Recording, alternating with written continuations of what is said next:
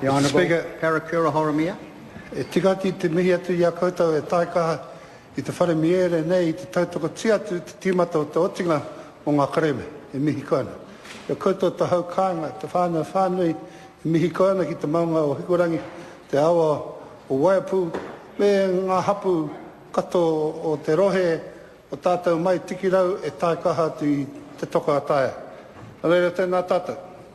Nā te me rochi āku e mau whatu ki te kore e tai atu ngā me pakeke pēra i a tame KD a rātau mā.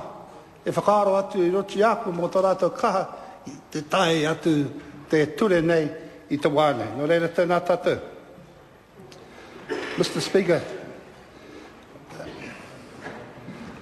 the bill records the Crown's acknowledgement and apology offered by the Crown to Ngati Porou and provides that the settlement of the Ngati Porou historical claims is final. It removes the jurisdiction of judicial bodies in respect of the historical claims of Ngati Porou, or the redress provided under the deed of settlement or the Act, but not their interpretation, and deals with the related issues including consequential amendments to the Treaty of Waitangi Act 1975, the removal of certain resumptive memorials and the modification of the rule against perpetuities. Mr. Speaker, it's important to understand that the Ngati Porou settlement has been undertaken through a whole lot of effort. Like other settlements, there are tensions at times, but they've certainly done well to arrive here today. I want to recognise my whanaunga Heke sitting over there next to the Minister of Treaty Negotiations. And I want to recognise the Minister for the effort that he's put in. And I want to thank myself and Michael Cullen for starting and thank him for finishing. So thank you very much. I want to recognise him for that, Mr. Speaker. The cultural redress, the bill sets out the cultural redress provided to Ngati Porou, including the Crown's acknowledgement of the cultural significance of certain conservation lands for Ngati Porou and provision for a relationship between Ngati Porou and the Department of Conservation. And I want to wax lyrical a bit on that, Mr. Speaker, because it needs to be recognised that this is not a new thing for Ngati Porou in the sense of the return of the maunga, hikurangi. They've done a great job in managing it. And I think it's a significant example for a whole lot of treaty settlements and people who tend to have doubts in the ability of iwi to make sure that the right thing is done.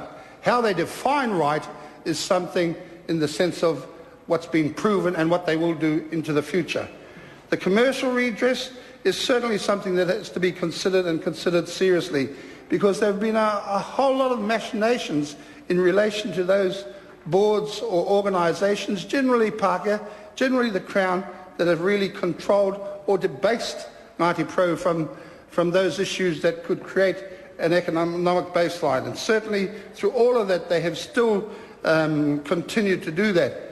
It is with relish that one can look back and reconsider about starting things long time before Fonterra, like the dairy factories that were in Ngati Porou, like those things in the barge freight and the transportation. And it is good that the government is considering this and we run these three bills together. The Labour Party will support these bills, the whole three of them.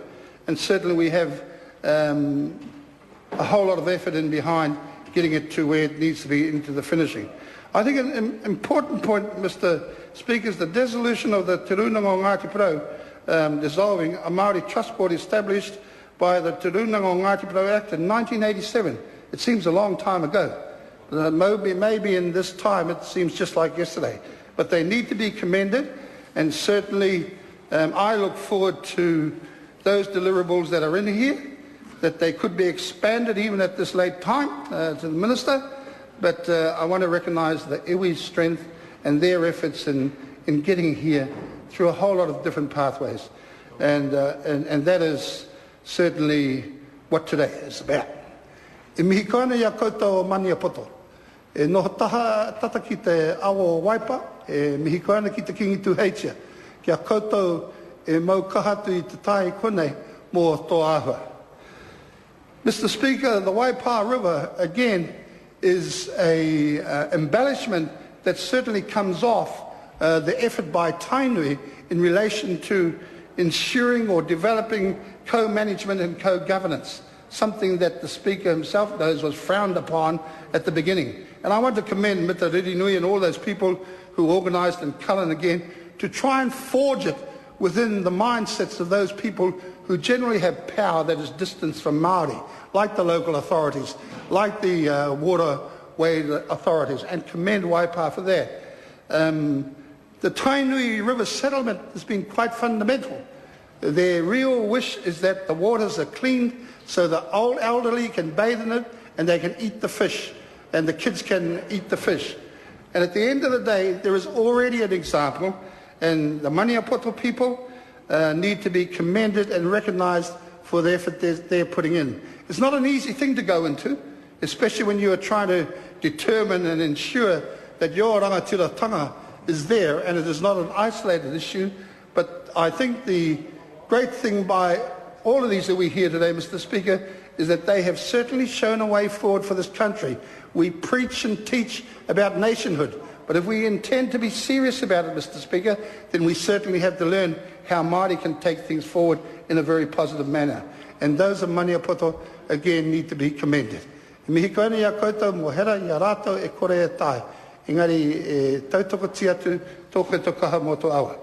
The co-management arrangement, Mr. Speaker, includes the establishment of joint management agreements with relevant local authorities, an Upper Waipa River Integrated Management Plan, and recognition of the Maniapoto iwi environmental management plans. And all of those things have been tested in other areas, and they certainly have spent a lot of time ensuring that it would be as such and that they will take it forward. Nō reira, tēnā koutou. Ia koutou o Pahauwera e mihi koina. Tēnā koutou. E whakaaro mo te ahu o te whaia Sophie, mo tōna peke, ia tau, mo te kremene. E whakaaro atu mo Sophie, me tō koutou tangata o tame, e kāre e hoki, e hinga atu rātou. Engari, a hakoe o kua rere atu rātou, I konei kia koutou. Tō reira tēnā koutou. I tō awa o Mohaka, ngā whanau o Tūrea, te wāhi o Rauponga o Mohaka, e mihi koina. Mr. Speaker, the Pahauwera is an interesting settlement. It is a confederation of hapu with historical interests along the Mohaka River.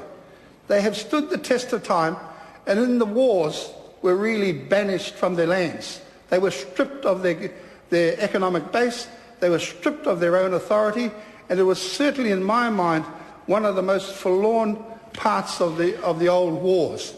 And that they have responded and been able to defend their right in relation to the Mohaka River, it is something that has been worthwhile watching over a period of time.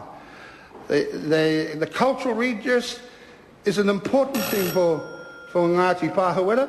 The Heru o Tūrea gift areas are areas that were important to them, that have been put aside and taken away from them. The right of first refusal is something that will be important for Pahauwera, and certainly with the people from Rauponga and Mohaka, I hope that it is finalised and they finish building their marae, because it's been a long time coming. And so I want to say to all of the three claimants here today that the Labour Party will support these bills, and that we look forward to a better, expedient and quick journey towards the end. Shut up. Mr. Speaker.